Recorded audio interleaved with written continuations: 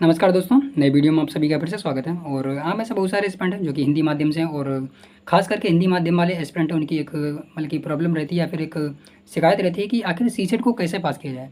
क्योंकि हिंदी माध्यम के जो एस्पिरेंट हैं वो सीसेट से लेकर के मतलब कि बहुत ज़्यादा परेशान रहते हैं।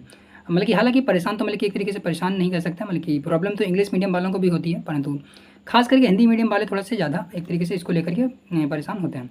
तो आज के वीडियो में हम लोग बात करेंगे कि आखिर आपको सीसेट को आराम से कैसे क्लियर कर पाएँ और मैं कैसे आराम से क्लियर कर पाता हूँ। तो इन 3 से 4 पॉइंट को अगर आपने फॉलो कर लिया तो आपका सीसेट जो है आराम से क्लियर हो जाएगा। और मैं तो मतलब कि आराम से अगर 1 से 2 महीने उसको पढ़ लूँ तो आराम से क्लियर हो जाता है। तो आपको क्या करना है, 3 से 4 पॉइंट मैं बताऊँगा, उसको अगर आपने कर लिया तो आपका भी ईज़िली क्लियर हो पाएगा। तो आपको क्या करना है, सीसेट के लिए सबसे मतलब कि 3 पॉइंट को आपको ध्यान रखना है। वो तो आपको पता ही होगा कि सीसेट में क्या आता है, एक तो आता है आपको कंप्रेशन, उसके बाद में मैथ और रीजनिंग।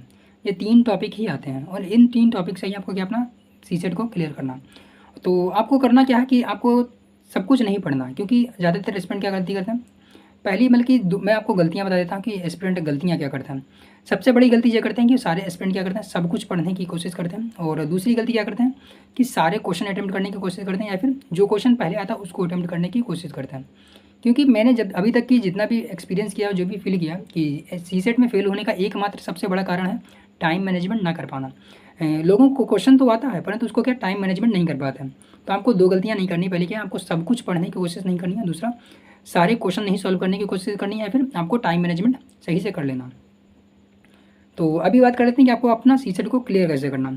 तो सीसेट को क्लियर करने के लिए आपको क्या है, तीनों चीज़ों को मैंने बताया, मैथ में जो कि कॉम्प्रिहेंशन, मैथ और रीजनिंग, इन तीनों पे बात करनी है और तीनों को पढ़ना भी। ऐसा नहीं कि आप किसी चीज़ को छोड़ देंगे। परंतु जो कॉम्प्रिहेंशन वाला पार्ट है और जो मैथ है और रीजनिंग है, तो आपको रीजनिंग से कोशिश कीजिए कि जितने क्वेश्चन आते हैं सारे क्वेश्चन अटैम्प्ट करने की कोशिश कीजिए। पर क्या एक क्वेश्चन को 1 मिनट से ऊपर टाइम नहीं देना है। यही काम आपको क्या करना है, मैथ में करना है। और कोशिश कीजिए कि आपका पहला घंटा, जैसे कि 2 घंटे का आपका सीसेट होता है, तो पहले घंटे में कोशिश कीजिए कितना भी मिनिमम हो, मिनिमम से मिनिमम 20 क्वेश्चन आपको मैथ और रीजनिंग दोनों से निकाल लेना है। तो आप सोचेंगे 20 क्वेश्चन केवल मैथ और रीजनिंग से निकालने हैं, क्योंकि टोटल 50 क्वेश्चन होते हैं, मतलब कि 80 क्वेश्चन टोटल होते हैं। 80 क्वेश्चन में क्या 30 लगभग मतलब कि एक तरीके से कॉम्प्रिहेंशन के आते हैं और 50 जो है मैथ और रीजनिंग से आते हैं। तो मैं आपसे कह रहा हूँ 50 में से केवल आप 20 क्वेश्चन को सॉल्व कर लीजिए सही सही।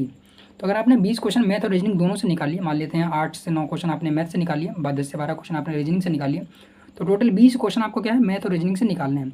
बाकी बचा कॉम्प्रिहेंशन। कॉम्प्रिहेंशन वाले पार्ट से मान के चलिए 30 क्वेश्चन अगर आते हैं, तो आपको अपने कॉम्प्रिहेंशन पे इतना काम कर लेना है कि अगर 30 कॉम्प्रिहेंशन के आते हैं तो कॉम्प्रिहेंशन से कोशिश कीजिए क्या कि 15 से 16 क्वेश्चन जो है आराम से आपके क्या कॉम्प्रिहेंशन से ठीक होने ही चाहिए। अगर आपके कॉम्प्रिहेंशन में 15 से नीचे सही हो पा रहे हैं तो ये मान के लिए आप रिस्क में हैं। यानी कि आप कितना भी मैथ और रीजनिंग को पढ़ के जाएँ, अगर आप क्या है 20 से ऊपर टारगेट लेके चलेंगे, फिर भी मैं मान के चलता हूँ 20 क्वेश्चन ही सॉल्व हो पाएंगे उस दिन। क्योंकि एग्ज़ाम का प्रेशर होगा, क्वेश्चन कैसा आएगा मैथ में ये कुछ नहीं पता होता है, रीजनिंग में क्वेश्चन कैसा आ जाएगा कुछ नहीं पता होता, आपका टाइम कितना ले जाएगा ये भी नहीं पता होता। तो आपको क्या करना है, मैथ और रीजनिंग से बस इतना मान चलिए मुझे 20 क्वेश्चन निकालने हैं, 10 से 12 क्वेश्चन मैथ से निकाल लेने हैं और 10 से 12 क्वेश्चन ही रीजनिंग से निकाल लेने हैं। टोटल 20 क्वेश्चन अगर निकल गए तो ये मान चलिए मैथ और रीजनिंग ने अपना काम कर दिया। बाकी सारा का सारा काम आपको क्या करना है, कॉम्प्रिहेंशन वाले पार्ट से करना है। तो कॉम्प्रिहेंशन वाला पार्ट से आपको क्या करना है, मिनिमम 15 क्वेश्चन निकालने ही निकालने हैं। अगर आपकी एक्यूरेसी 15 से नीचे जा रही है तो आपको उस पर काम करना है। और इसके लिए आपको क्या करना है, कोई टेस्ट सीरीज को फॉलो नहीं करना है कॉम्प्रिहेंशन के लिए, ना ही कोई एक तरीके से कोचिंग को लेना है। बस आप क्या करिए, थोड़े से रूल है उसको आप देख लीजिएगा, जो मैंने एक बार वीडियो बनाया भी था। अगर आप कोशिश मतलब कि कहेंगे तो मैं दोबारा से कोशिश करूँगा कि बना दूँ। तो उस वीडियो को आप चाहे देख लीजिए मेरे वाले, या फिर आप किसी भी मतलब कि यूट्यूब वीडियो को देख लीजिए। बस क्या करना है आपको, कॉम्प्रिहेंशन को कोशिश कीजिए जितने भी PYQ हैं 2013 से लेकर के 2026 तक के सारे PYQ को ही सॉल्व कर दिए। आपका कॉम्प्रिहेंशन मैं गारंटी लेता हूँ कि अगर 30 क्वेश्चन आते हैं तो 20 तक के आपके आराम से सही हो जाएंगे। मेरे तो बिल्कुल कि 20 तक के सही हो जाते हैं। अगर 30 क्वेश्चन आते हैं तो 20 क्वेश्चन में मतलब कि कॉम्प्रिहेंशन निकाल लेता हूँ। और अगर 20 कॉम्प्रिहेंशन से निकल गए तो बाकी के 20 क्वेश्चन अगर उधर से निकल गए मैथ और रीजनिंग से, तो मतलब कि आपका सीसेट जो है आराम से क्लियर हो जाएगा। और आपको पास होने के लिए कितने, केवल 27 क्वेश्चन हो गए तो आपका काम बन गया।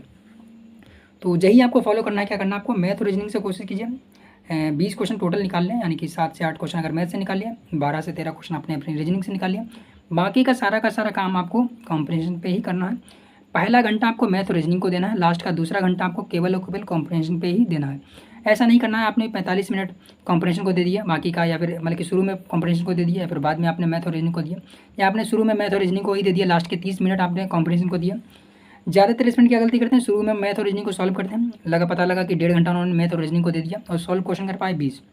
अगर आपने 1.5 घंटे में 20 क्वेश्चन सॉल्व कर पाए, बाकी बचे 30 मिनट में, आप कैसे भी कर लीजिए, कॉम्प्रिहेंशन को आप पढ़ ही नहीं पाएंगे 30 मिनट में। अगर आप पढ़ भी लेंगे तो आप क्या एक्यूरेसी गिरा देंगे।